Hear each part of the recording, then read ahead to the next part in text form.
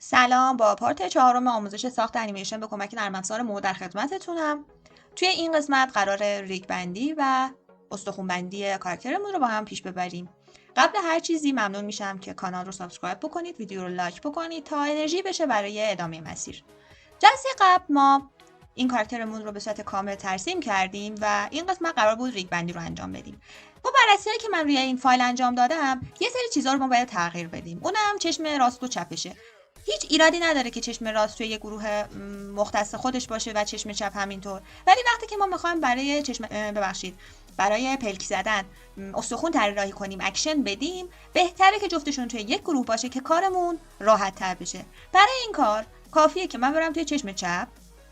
خب همون کاری که ما انجام دادیم همه رو کپی کردیم و در واقع چشم راست و چپ رو ترسیم کردیم. من کافیه لایه ها رو یه کپی بزنم، توی هر لایه یه کپی بزنم، جاگذاری کنم و اینو بذارم سر جاش.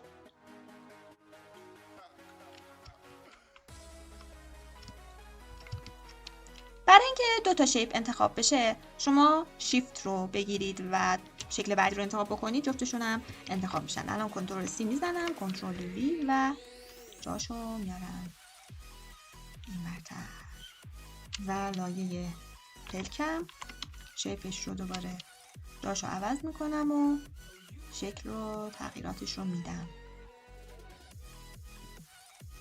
در مورد ابرو هم باز به همون شکل پیش میرم. اسم لایه رو میذارم چشم ها.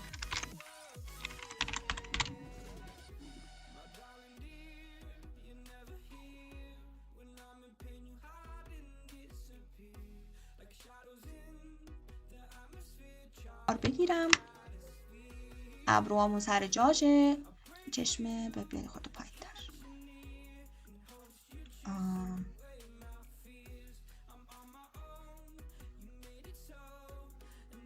مردمک ها همینطور و همینطور. کنترل آر بزنیم و تمام. الان کاراکتر ما همه چیش اوکیه. بریم سراغ استخوان بندی. چه کار میکنیم؟ این رینیمش هم انجام بدم. اول که فایل رو سیو بکنم،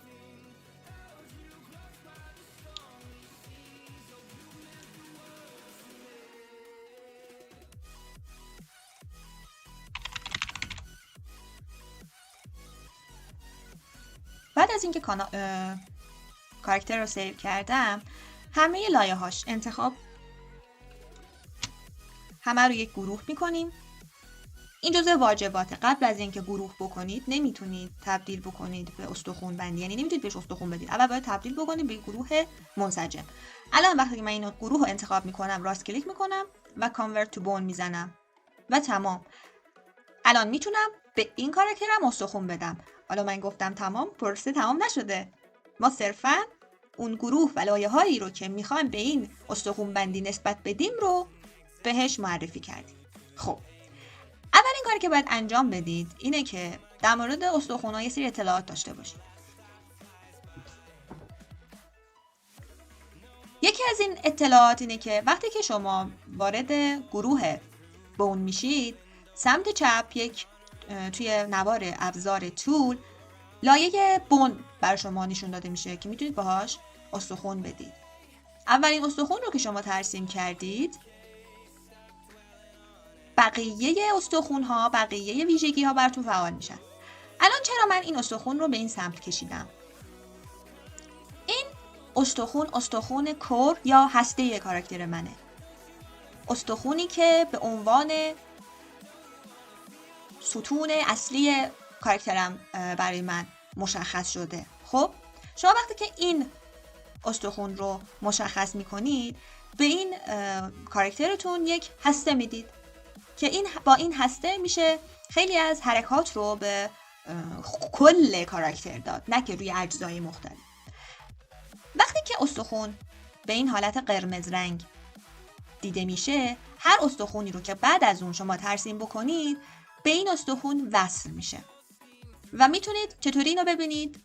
از قسمت تولز، دومین ردیف، اولین در واقع گزینه‌ای که میبینید ریپرنته، میگه این استخون به این استخون وصل شده، یعنی هسته ما، این استخون کور ما به عنوان پرنت این استخون مشخص شده و من اگه بخوام اینو به یه استخون دیگه‌ای ربط بدم، کافیه روی صفحه کلیک ساده بکنم و یه استخون دیگه انتخاب بکنم. الان از اونجایی که این استخون کلا جاش غلطه، من اینو پاک میکنم و دقت بکنید حتما استخوناتون جای درستی قرار بگیرن. برای این کاراکترم من یک استخون برای بالا تنش میخوام و استخونی که به این بالا تنه وصل میشه استخون سرشه. من نمیخوام برای گردنش یه استخون دیگه بدم، برای این کاراکترم نیازی نمیبینم. کاراکترهای خود در واقع پیجم بر گردنشون یه استخون دیگه دارن، ولی اینجا من نمیخوام گردن خودش به صورت جداگانه استخون داشته باشه، پس یه استخون رو میدم. الان من بخوام برای دست استخون بدم، نیاز هست که دوباره استخون بالا تنه رو انتخاب بکنم و بیام دست راستش رو انتخاب بکنم و استخوناشو بدم. الان برای دست چپ چی کار میکنم؟ دوباره استخون بالا تنه انتخاب باشه و دست چپ. برای پایین تنه چطور؟ پایین تنه رو برای اینکه من استخون پایین تنه رو بدم، حتما کور رو باید انتخاب بکنم و یه استخون اینجا قرار میدم تا لگن. بعدش میام پای راست کاراکتر، دوباره پایین تنه انتخاب، پای چپش. الان کاراکتر من همه استخوناشو داره. ببینیم تکون میخوره، ببینیم چه اتفاقی میفته. اصلا اون چیزی نیستش که ما میخوایم. چه کار بکنیم؟ همه استخونا رو انتخاب میکنیم از بون استرنگز که دومین ردیف ابزار ماست. همه استرنگز ها رو روی 0 میذاریم. الان چی میشه؟ الان هیچی تکون نمیخوره، در حالی که ما میخوایم این استخونا وقتی که تکون میخورن اجزای بدن ما هم خب تکون بخوره. چه کار بکنیم؟ باید هر لایه رو به استخون مربوطه وصل بکنیم و بهش ارتباط بدیم. چه شکلی؟ اولین کاری که من میخوام بکنم، از بالا شروع میکنم میام به پایین. برای صورت ما به صورت کلی تشکیل شده از سر، اجزاش، موها و غیره. من کل لایه رو میتونم خیلی راحت به این استخون وصل کنم، ربط بدم. پس کافیه گروه انتخاب باشه، توی قسمت تول Bind Layer انتخاب میشه و این گروه به این استخون ربط داده میشه. الان من برم روی لایه اصلی و اینو تکون بدم، میبینید چشما، موها تا جایی که توی اون گروه بودن به این استخون وصل شدن، ولی میبینید گردن وصل نیست که اونم حالا در موردش صحبت میکنم. خب دهن ما، فرم دهن، اینم باید وصل بشه به استخون سر.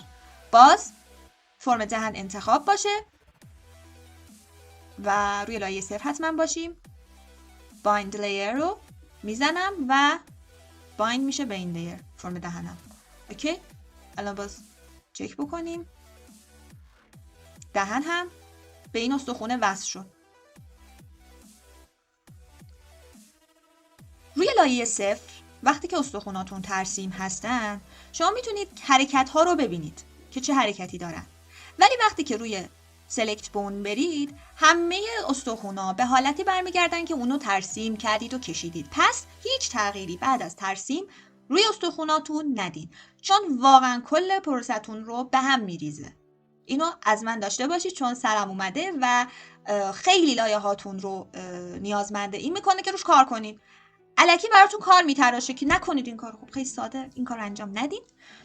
بعد لایه بعدی که باید به استخوان سر وصل بشه موهاشه. موها رو پیدا بکنم، گردن و بدن و دامن و ببینم کجاست. آها، لایه 15 هم. دوباره این انتخاب Bind Layer رو میزنم و تمام.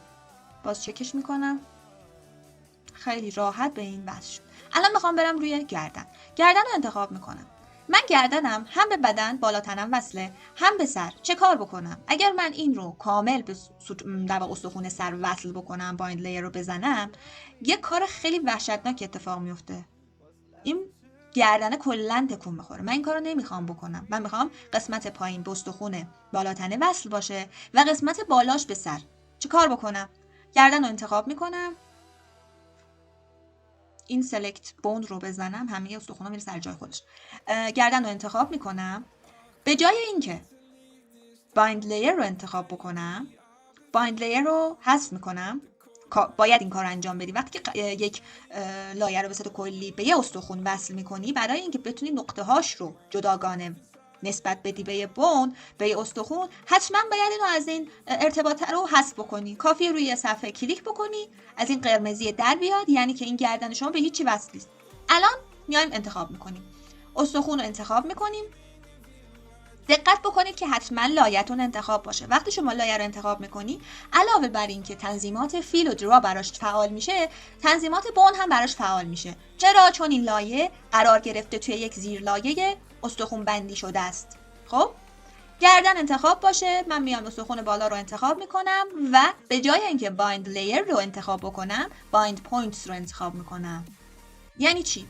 الان این استخوان انتخابه. من میگم این 4 تا نقطه پشت سر من هستن و باید به استخوان سر وصل بشن. انتخاب میکنم نقاطی رو که میخوام و از نوار بالا بایند پوینتس رو میزنم. دقت بکنید رنگ نقطه ها به رنگ این استخوانی که انتخاب شده تغییر رنگ میدن. الان این استخوانم آبیه، اینام شدن آبی. الان میام استخوان بالا تنه رو انتخاب میکنم، دوباره بایند پوینتس رو میزنم و استخوانای پایین رو انتخاب میکنم و بایند پوینتس رو میزنم. الان اگه اینو بزنم باید سبز بشه که سبز شد. درسته؟ الان بریم روی کاراکتر، در واقع روی گروه کاراکترمون و اینو تست بکنیم.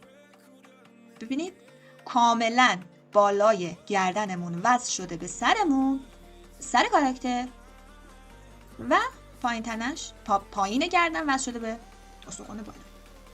خب الان یه مشکلی هست. میبینید این بالا تنه و پایین تنه اصلا به هم وصل نیستن. چه کار بکنیم؟ این اتفاق افتاده. اصلا ببینیم احتمال داره شما تمام بایندینگاتون رو انجام دادی بعد ببینید که این استخوان‌ها به هم وصل نیستن. پاک بکنم از اول؟ نه، نیازی نیست. اینو میذارم سر جاش. کافیه اینو انتخاب بکنم، بایند رو میزنم و پرنت میکنمش به استخوان هسته. الان اگه من اینو تکون بدم، تمام استخوان‌ها باهاش تکون میخورن و لایه هایی که به اون استخوانه وصل شدن.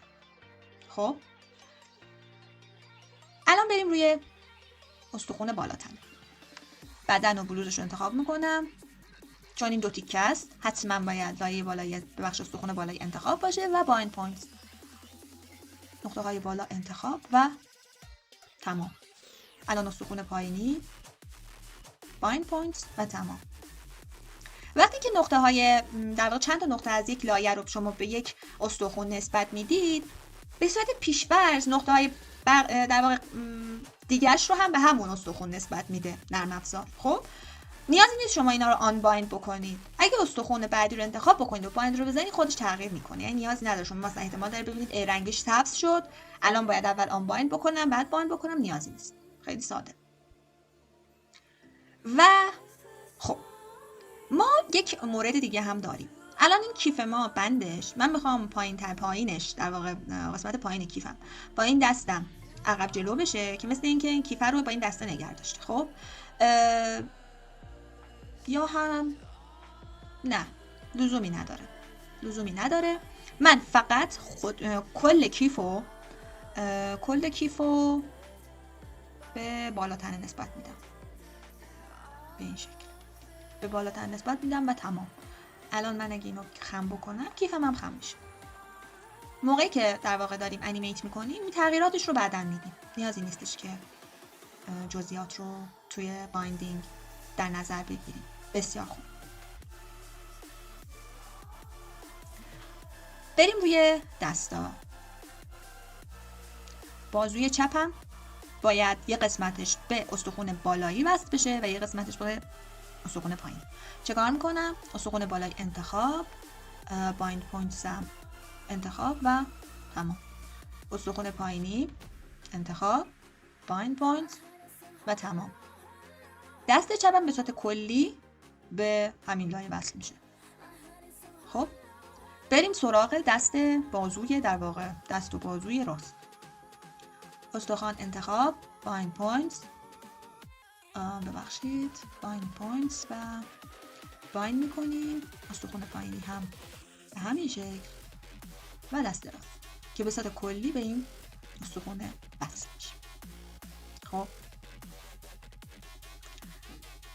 الان من اگه بخوام کاراکترم رو تکون بدم، ببینید یه اتفاقی افتاده. دست چپش وصل نشده. چیکار کنیم؟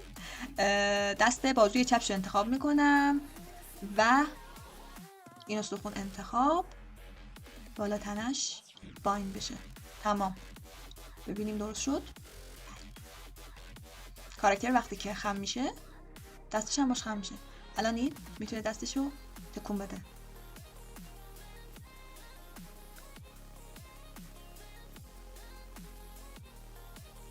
به این شکل. من میتونستم کیفم رو با قسمت پایینیشو به این قسمت بایند بکنم، تست بکنیم ببینیم چه جوری میشه. اون وقت باید چون این بایند لایه‌ای شده حذف کنم، بایند لیر، کدوم استخوان انتخاب باشه؟ بالا تنه و تا اینجا، تا این قسمت به استخوان بالا تنه وصل بشه. این قسمت پایینم به استخوان پایینی. ببینیم چه اتفاقی میفته.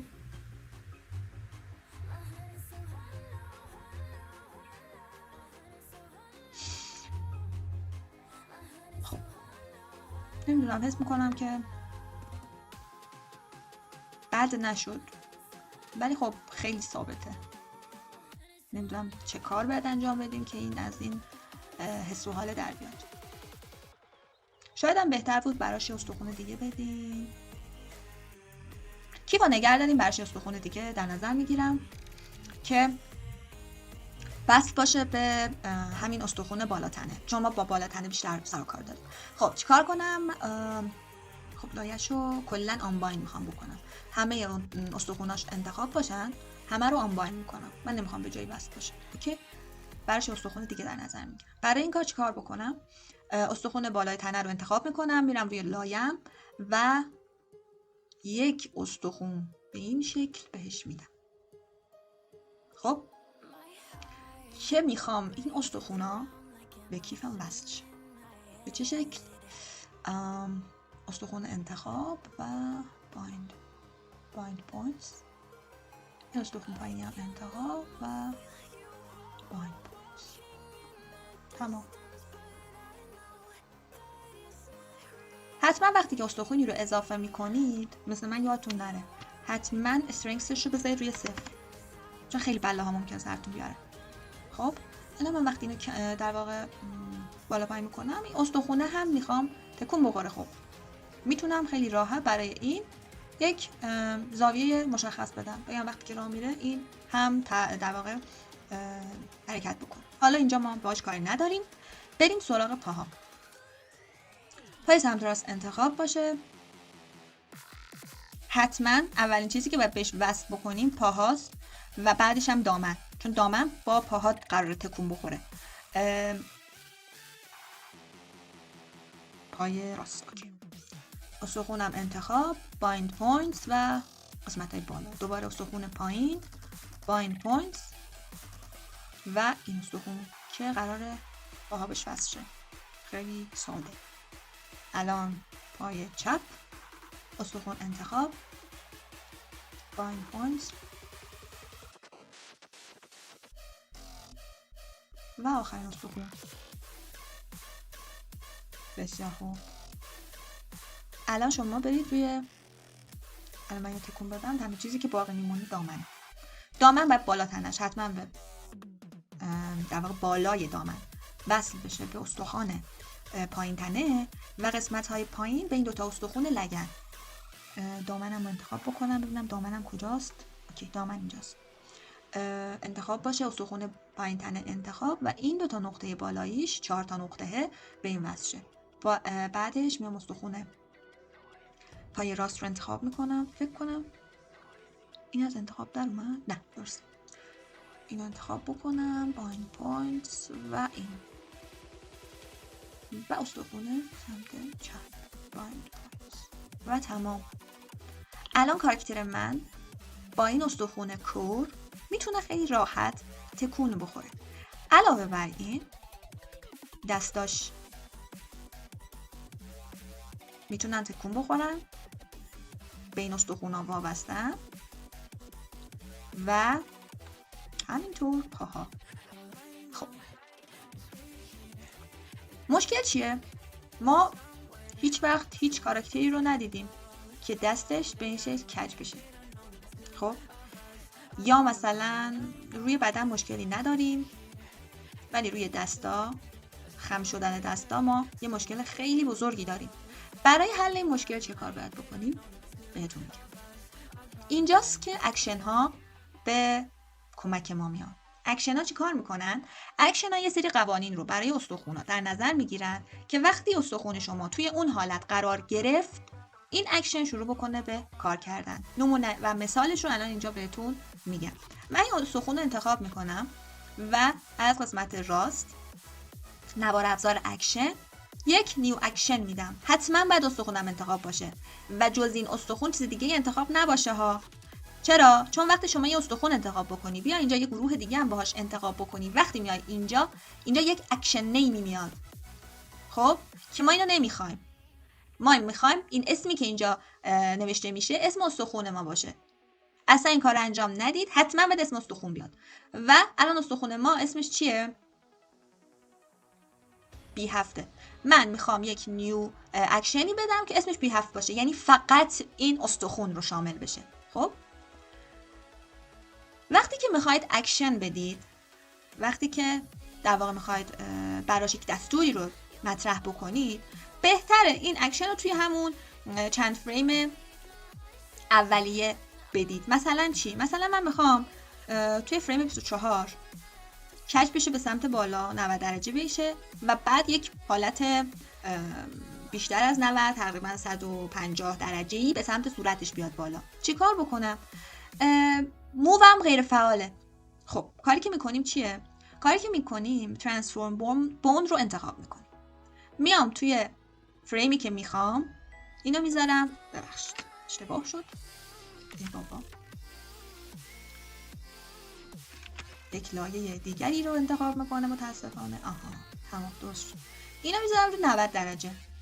خب و حتما وقتی که شما یک حرکتی رو به استخوان میدید، روی لایه 0 یک سری نقاطی رو مشخص میکنه. از روی تجربه اینو بهتون میگم. وقتی میخواید اکشن بدید حتما تمامی این نقاط رو کپی میکنید و میاید روی لایه یکتون کنترل وی سیو میکنید، در واقع پیست میکنید. ببخشید.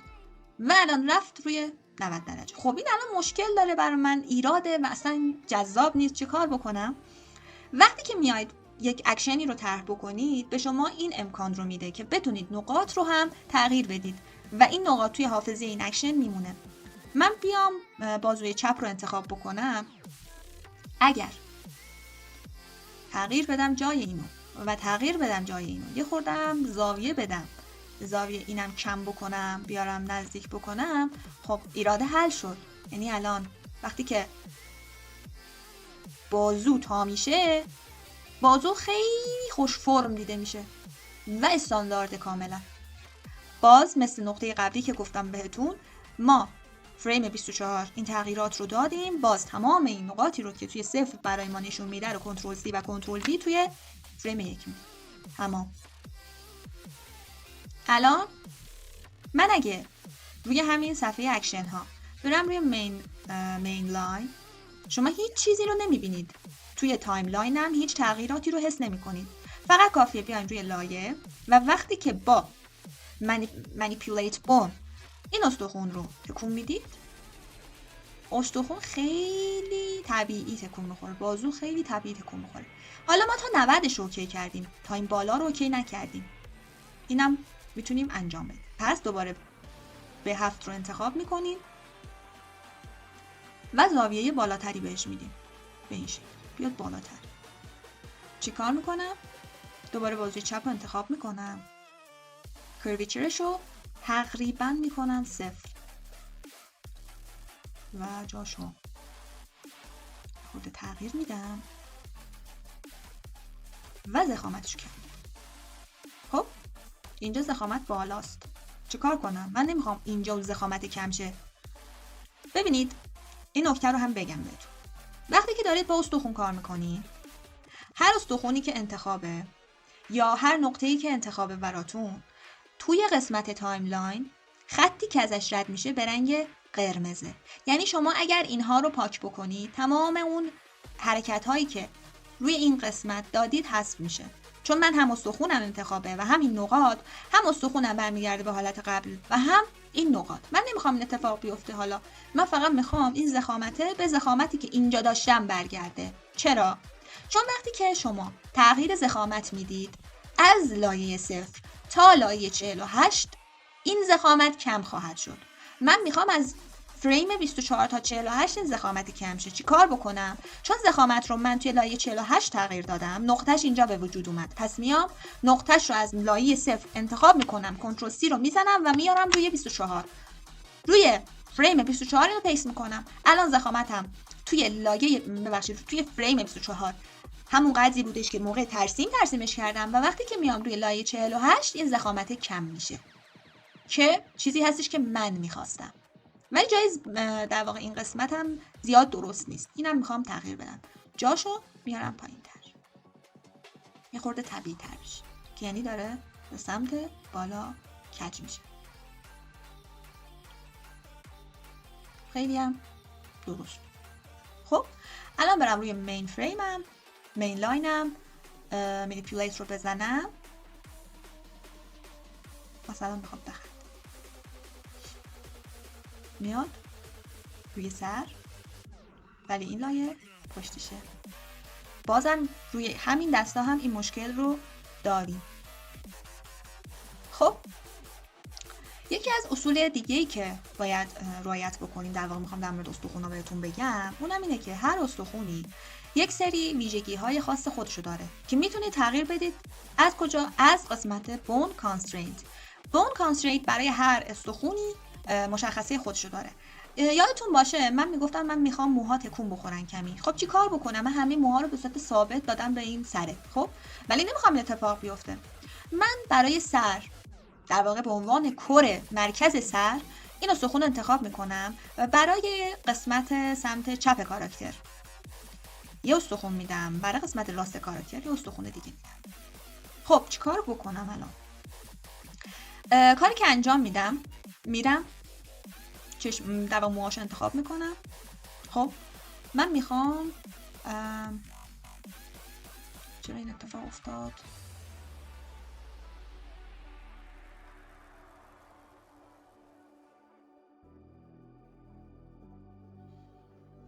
چون صورت رو کلن بهش یه استخون جدا دادم اتفاق افتاده. پس باید من اینو حذف بکنم. متاسفانه این اتفاق رو باید یه جون بخریم که دیگه صورت به هیچی وصل نشه. اوکی، بعد برم الان یکی باز شدن و بتونم تغییرات رو بدم. میرم روی موی جلو، استخون بالا انتخاب. من این قسمت ها میخوام وصل بشم به سر، تمام. ولی قسمت های پایینش میخوام وصل بشه به این. با این و برای این استخون لایه 15 رو دارم که باز باید استخونم انتخاب باشه، قسمت پایینش رو بایند بکنم بهش و قسمت چپش رو به این استخون انتخاب بایند و قسمت های بالایی استخون سر. خب حالا باید جدا جدا هر لایه رو به استخون سر نسبت بدم، چشمم همینطور. فکر کنم دیگه ایرادی نداشته باشه. نه استرنگسش رو بزنم روی 0 و اما یه گردن نمیتونه تا این حد بچرخه. پس چه کار میکنم؟ براش یک کانسترینتی باید بدم و بگم که محدوده حرکتی داشته باشه. این محدوده حرکتی رو از کجا میدیم؟ از همون بونه کانسترینتی که بهتون گفتم. انگل کانسترینت یعنی زاویه حرکتی مشخص. حالا این کمه، بخش زیاده، در همین حدی که بکنم باشه کافی. اینم این کافی. خب بعد برای اینکه موها رو ما بتونیم بهشون یک شکل و حالتی بدیم، من ایندیپندنت انگل رو انتخاب میکنم. الان برم روی لایه روی فریم 28. ببینید موها خیلی شدید تکون میخورم. من این شدت رو نمیخوام. ببینید طبیعیه ها، وقتی که کاراکتری سرش تکون بده خب موهاش تکون میخوره، این کاملا طبیعیه. ولی از اونجایی که استخونای ما زیاد رئال نیستن، من در اون قسمت جاگذاریش من دوست ندارم این اتفاق بیفته. پس دوباره اینا رو انتخاب میکنم، میرم روی بون کانسترینت، ایندیپندنتش رو میبندم، ولی میام داینامیک بهش میدم از قسمت پایین و حالا ببینیم چی میشه. خب اینو اگر بعد یک تکونای خیلی ریز باید داشته باشه. آها ببینید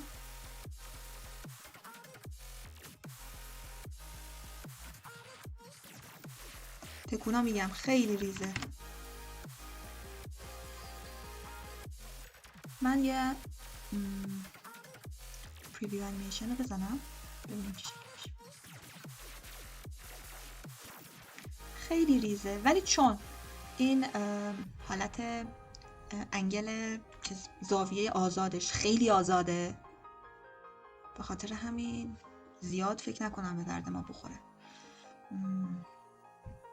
ببینیم الان چی میشه.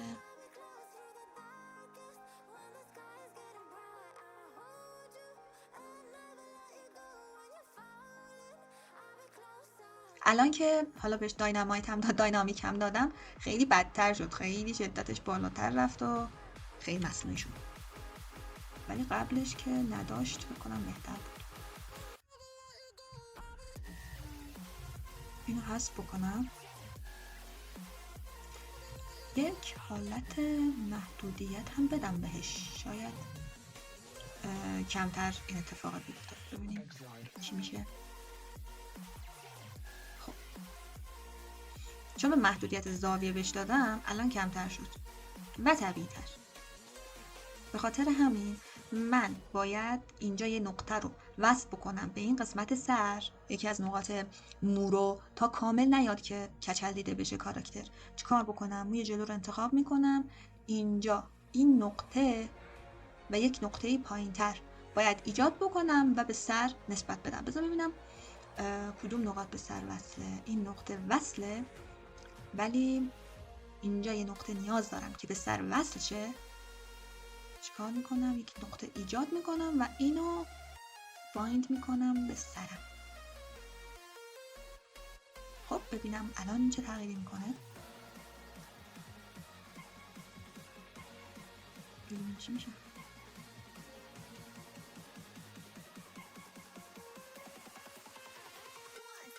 فکر کنم زاویه رو باید بازم کمتر بکنم، زیاد این حرکت هاش وحشیانه نباشه. ببینیم چی میشه.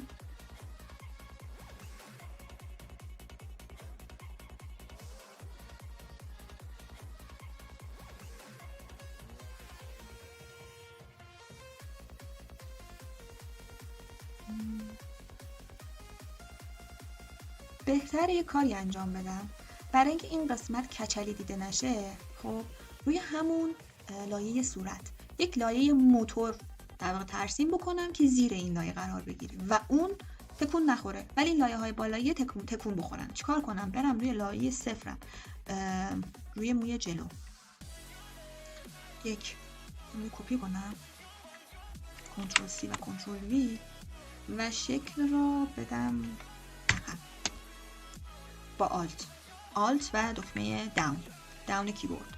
خب و برای اینکه استخون بندی هاشو بدم کلش رو به این نسبت اشتباه نشه. این لایه است انتخاب شده و به این بابا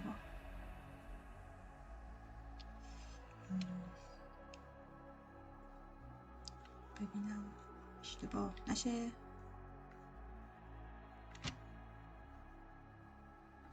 همه بهش پایین شن، ببینیم چی میشه. پلی رو بزنم. خب این الان خیلی بهتر شد. این که وقتی مو میره عقب این قسمت کچلی دیده نشه خیلی بهتره، چون موهای کاراکتر یعنی زیاده، با این حرکت ها این کچلیه دیده نمیشه، اون قسمت خالیه پر شد و این به نظر من خیلی بهتر شد. الان یه پریویو بزنم.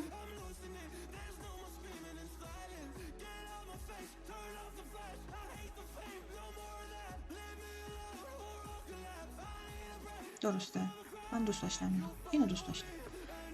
خب اینم قسمت کانسترینت ها. گزینه های خیلی زیادی داره بخش کانسترینت، ولی بایدیه که اینا رو به صورت خلاصه و جدا جدا یاد بگیریم. خب یک گزینه‌ای هست توی قسمت استخوان ها برای راه رفتن کاراکتر، خیلی به دردمون میخوره برای یک سری از فعالیت هایی که نیازمند تارگت هستن، به دردمون میخوره. ولی اصلی ترین چیزی که در واقع کمک میکنه به ما این استخوان ها کف زمین رو برای ما مشخص میکنه. الان من اگر این استخوان رو بیارم پایین ببرم بالا، هیچ تغییری روی کاراکترم ایجاد نمیشه. مثل این میمونه که من دارم کل گروهش رو میبرم پایین و بالا. خب این و اون چه فرقی با هم دارن؟ باید یه فرقی داشته باشن، یه تفاوتی داشته باشن. اینجاست که استخوان تارگت به درد ما میخوره. استخوان تارگت هم پایین ترین زاویه، ببخشید پایین ترین استخوانی رو که ما داریم رو بهش وصل میکنیم تا بتونیم کاراکترمون رو به حرکت در بیاریم و یا بهش یک زمینی بدیم. من اینو به این شکل برای خودم ترجمه کردم که این تارگت پوینت برای یک کاراکتر حکم زمین رو داره، چه شکلی ایجادش بکنیم. ما میام بدون اینکه هیچ استخونی انتخاب باشه 2 تا استخون میدیم که من اینا اسمشو میذارم تارگت رایت، اینم میذارم تارگت لفت. خب جفتشونم باید استرنگثشون 0 باشه. 0 هم میکنیم، یه کلیت استخوان‌ها رو چک بکنیم همه 0 باشه. اوکی. الان من این زانوی راست رو انتخاب میکنم از قسمت بون کانسترینت. توی اینورس کینماتیکس میام تارگت رایت رو بهش نسبت میدم. خب یه 110 هم به عنوان استرچ بهش میدم. اوکی. ببینید حالتش عوض شد، حالت این استخوان عوض شد.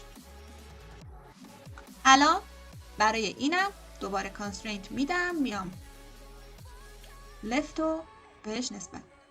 خب اینم باز میذارم روی 110 105 شد 110. خب کلوز. الان من میام این انتخاب میکنم. دیدید وقتی که میاد پایین زانو کج میشه، یعنی اینجا سطح زمین ماست. کافیه من اینا رو بیارم بالاتر که البته اینا رو توی اکشن ها باز باهاش کار میکنیم. ببینید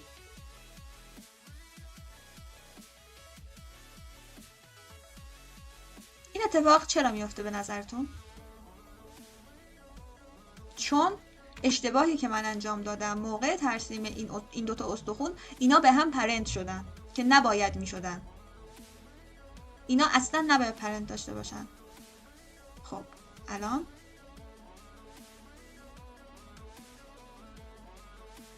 شما فکر بکنید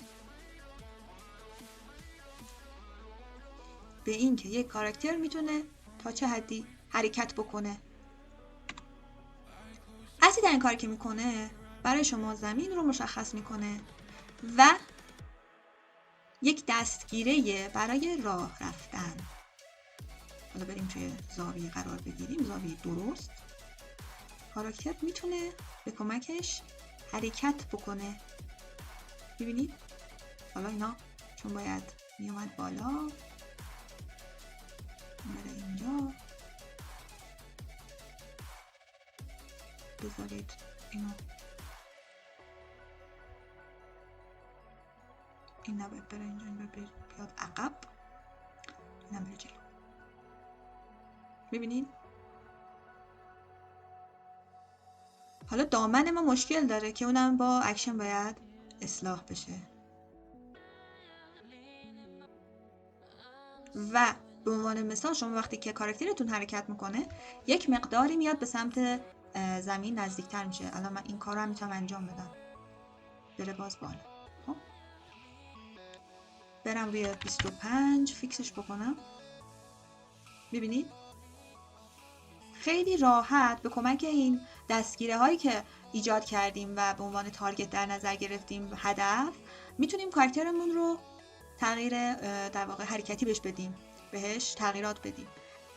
شما وقتی استخوانی رو تکون میدید، استخوانی رو تغییرات میدید و اون لایه‌ای که بهش مربوطه خب تغییر میکنه. با توجه به اون تغییرات شما باید اصلاحات رو انجام بدید تا در طول پروژهتون وقتی هر موقعی که این دست تکون میخوره تغییرات هم اعمال بشه. نیازی نباشه که شما به عنوان مثال توی فریم 48 میخواید یه دستی رو تکون بدید، بیاید توی این لایه 48 دوباره این نقاط رو این ور اون ور بکنید، تغییراتش رو بدید، کرویچرش رو تغییر بدید. اینا به هیچ عنوان نیاز نیست وقتی شما به اون استخوان اکشن میدید. خب تا اینجا داشته باشین و امیدوارم که اینو حتما به کاراکترتون نسبت بدید، بالا تنه رو اوکی بکنید، تا اینجای کار رو انجام بدید، پایین تنه و بقیه اکشن ها بمونه برای جلسه بعد که در واقع تایم جلسه خیلی بالا نره و خسته نشید. روزتون بخیر. ممنون میشم اگر براتون مفید بوده باشه، به دوستاتونم پیشنهاد بدید. موهو نرم افزاریه که خیلی راحت میشه باش کار کرد، میشه باهاش محتوا ساخت و حتی برای اون افرادی که توی جلسه اول بهتون گفتم، برای افرادی که دوست دارن محتوا بسازن بدون چهرهشون، بدون هوش مصنوعی تا دسترنج خودشون رو ببینن، خیلی به درد میخوره. من هیچ مشکلی با هوش مصنوعی ندارم، اینم بگم، خیلی به درد بخوره، خیلی کمک حاله، ولی وقتی که شما یک چنین کاری رو با نرم افزارهای مختلف انجام میدید خودتون رو به چالش میکشید و این چالش به نظر من خیلی چالش خوب و مفیدیه. هم از نظر تایمی کمکتون میکنه یک زمانی رو برای مهارتاتون بذارید و هم از نظر خلاقیت جلو میبرتتون.